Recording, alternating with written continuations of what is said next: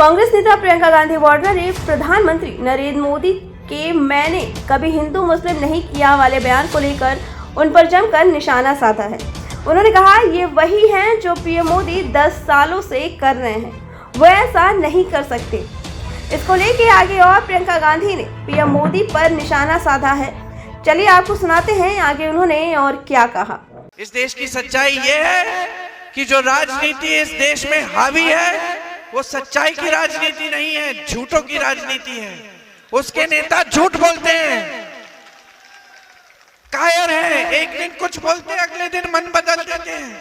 हर चुनावी मंच पे जाके हर चुनाव को हिंदू मुसलमान बनाना है। और आज देश के प्रधानमंत्री वाराणसी में बैठे हुए, आज देश के प्रधानमंत्री आज के दिन वाराणसी में बैठे हुए इंटरव्यू दे रहे हैं, कहते हैं हिंदू मुसलमान, मैंने तो कभी ऐसी बात ही नहीं की।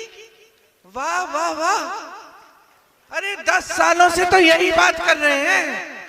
जहां चुनाव होता है वहां हिंदू मुसलमान, हिंदू मुसलमान, हिंदू मुसलमान। बहुत हो गया, जागरूक हो जाओ, हिंदू जागरूक हो जाओ और मुसलमान भी जागरूक हो जाओ, सब जागरूक हो जाओ। इस देश की जनता हो, समझ लो क्या हो रहा है तुम्हारे साथ।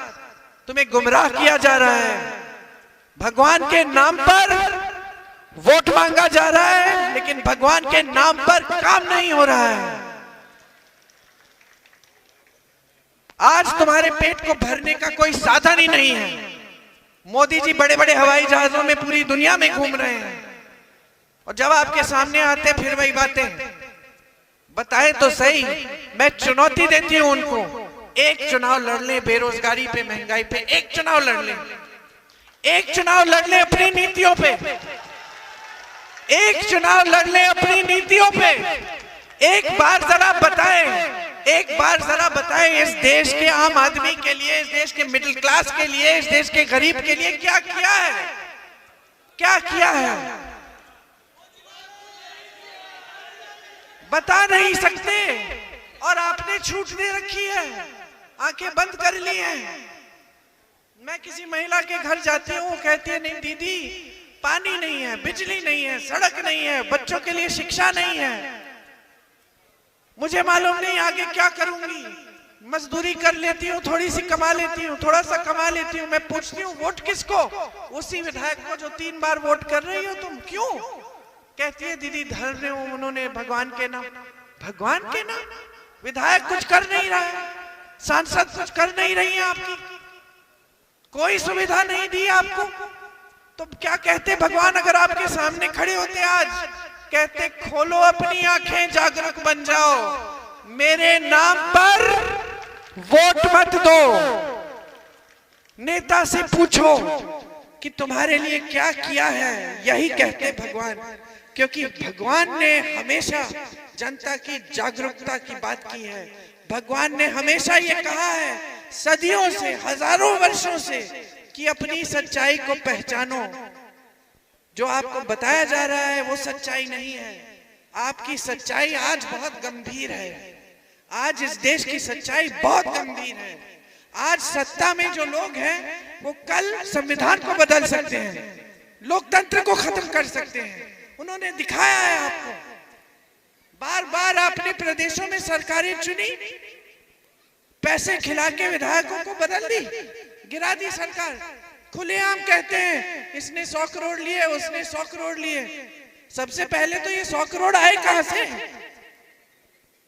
भाजपा आज सबसे अमीर पार्टी बन गई है इस देश में नहीं, दुनिया में। दुनिया की सबसे अमीर पार्टी, जानते हैं अमेरिका की पार्टियां भी इतनी अमीर नहीं है। कैसे? 70 सालों से ये देश आजाद था, 55 सालों से कांग्रेस की सरकार रही, 55 सालों से सरकार रहती है, लेकिन कांग्रेस पार्टी इस देश की सबसे, दुनिया की सबसे अमीर पार्टी नहीं बन पाती।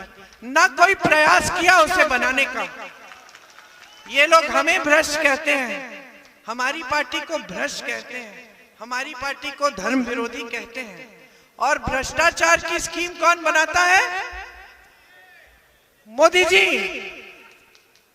बाकायदा स्कीम बनती है इलेक्टोरल बॉन्ड्स की, कि जो जो चंदा दे रहा है उसका नाम गुप्त रहना चाहिए। क्यों? क्योंकि किस किस से चंदा लिया।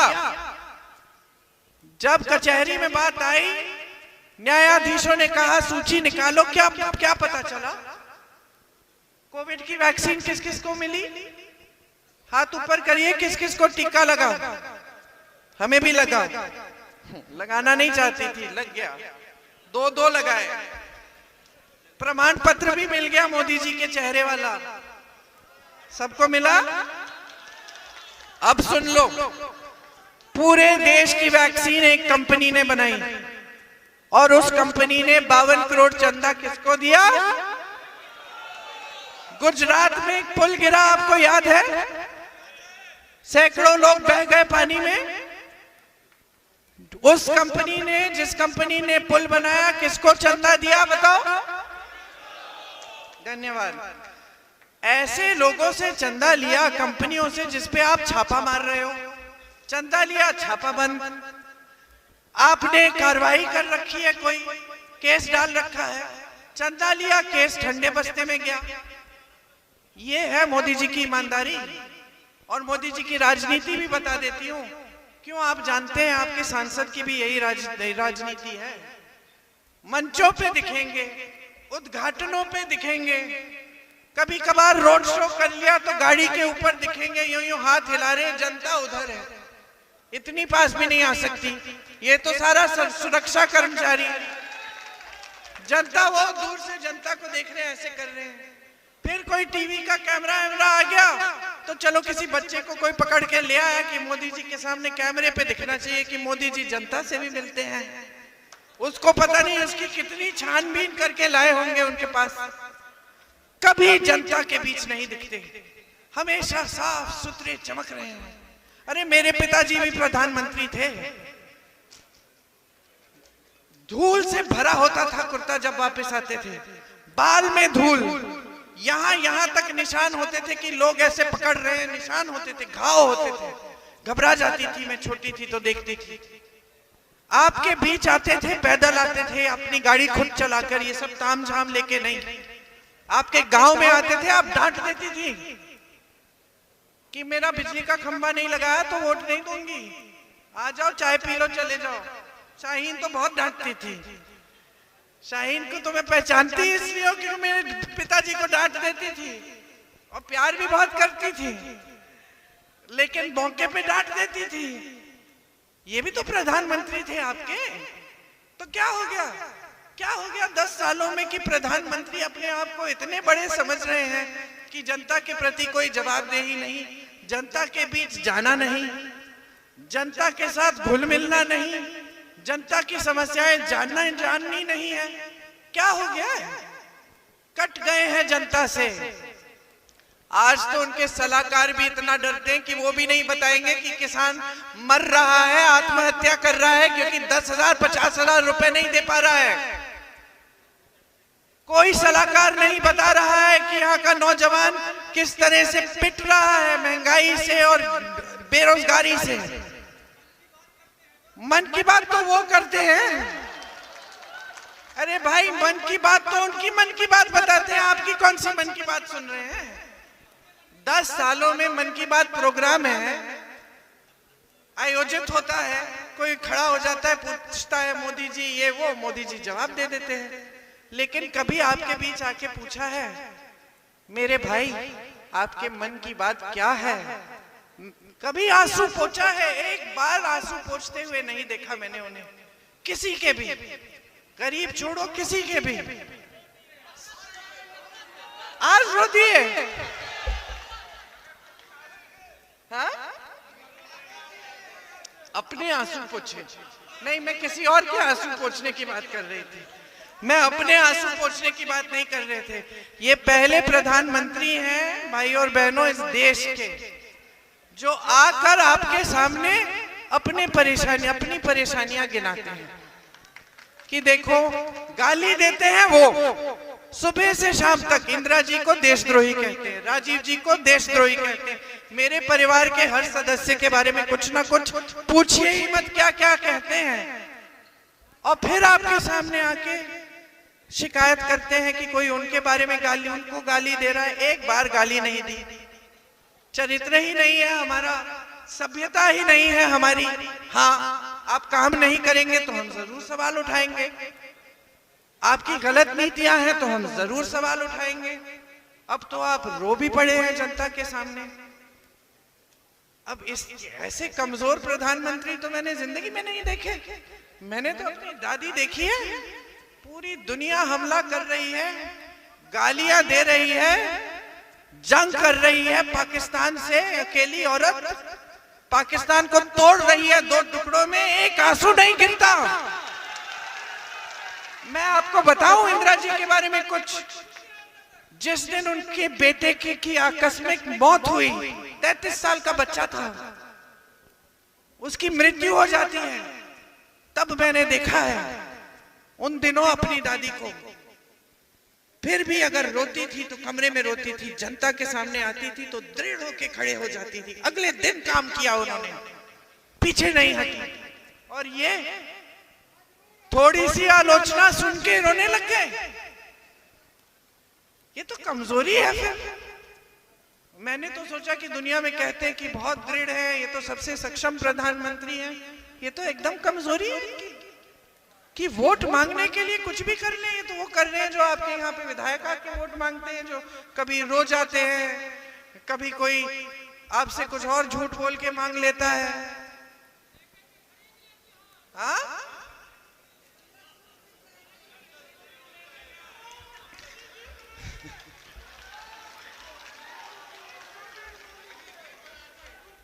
देखो, सार्वजनिक जीवन जो है ना, आसान नहीं है। लगता है आसान।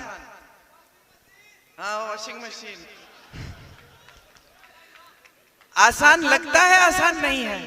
आलोचना सुननी पड़ती है, डांट सुननी पड़ती है, कोई सवाल उठाता है, जवाब देना पड़ता है। ये सार्वजनिक जीवन होता है। कभी कभी जान देनी पड़ती है। रो नहीं सकते। अब वो बड़े हैं, मैं उनको सलाह नहीं दूंगी, मैं तो उनसे कई साल छोटी हूं। लेकिन ये जरूर कहूंगी कि पहली बार मैंने देश के ऐसे प्रधानमंत्री देखे हैं जो आपके सामने आकर अपने दुख सुना रहे हैं। लेकिन आपके दुख सुनने के लिए उनके पास इतना रत्ती भर समय नहीं है।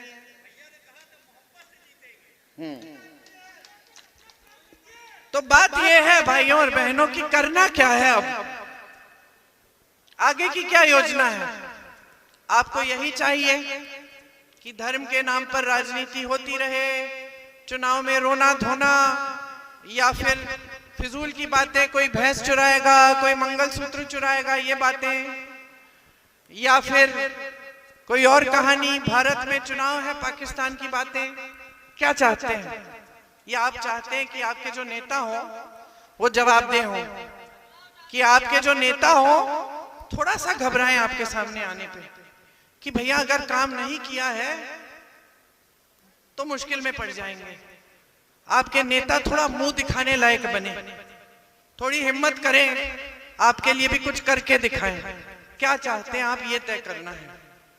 क्योंकि अगर आपने इस तरह की राजनीति को और उभरने दिया तो ये जो बेरोजगारी आज 45 सालों में सबसे ज्यादा है, 5 सालों में जाने कहां पहुंच जाएगी। आपकी समस्याओं का हल कौन करेगा? टीवी तो आपको दिखाते रहेगा, क्योंकि वैसे भी खरबपति के चैनल हैं सारे, वो तो दिखाते रहेंगे अच्छी अच्छी चीजें, बहुत तरक्की, अर्थव्यवस्था मजबूत हो रही है। आप अपने जीवन में कोई तरक्की नहीं देखेंगे, अपने जीवन में वही मुसीबतें, वही परेशानियां। और जब आप प्रधानमंत्री या किसी नेता को बताने की कोशिश करते हैं तो वो आपको अपने दुख सुना रहे हैं, वो खुद ही रो रहे हैं, अपने ही आंसू पोंछ रहे हैं, आपके क्या पोंछेंगे। तो क्या चाहिए? तय कर लो, मन बना लो। आपकी जागरूकता इस देश को बचा सकती है। आपको आंखें बंद करके अपना वोट देना है तो ठीक है, ऐसी खाई में रहिए, कौन मदद करेगा आके आपको। समझ लीजिए, यहां पे जो राजनीति आपने स्थापित की थी ना मेरे पिताजी के साथ, बिल्कुल सही राजनीति थी। कितना भी बड़ा नेता हो आकर आपके आंसू पोंछे, अपने आंसू हैं तो अपने कमरे में जाके पोंछ लीजिए।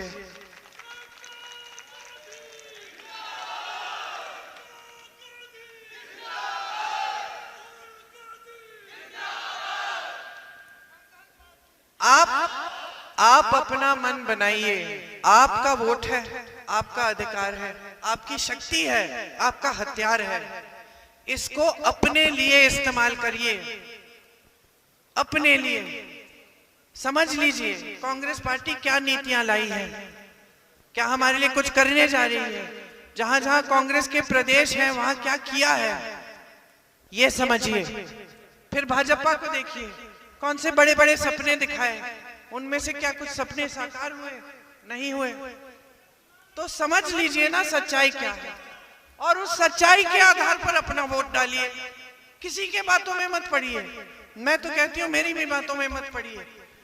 देख लीजिए कांग्रेस क्या कर रही है, हमारी प्रदेश सरकारों में क्या हो रहा है, महिलाओं के खाते में पैसे डल रहे हैं, महिलाएं सब जगह घूम रही है, तीर्थ यात्रा कर रही हैं, बस की फीस नहीं लगती, फ्री में जाती हैं।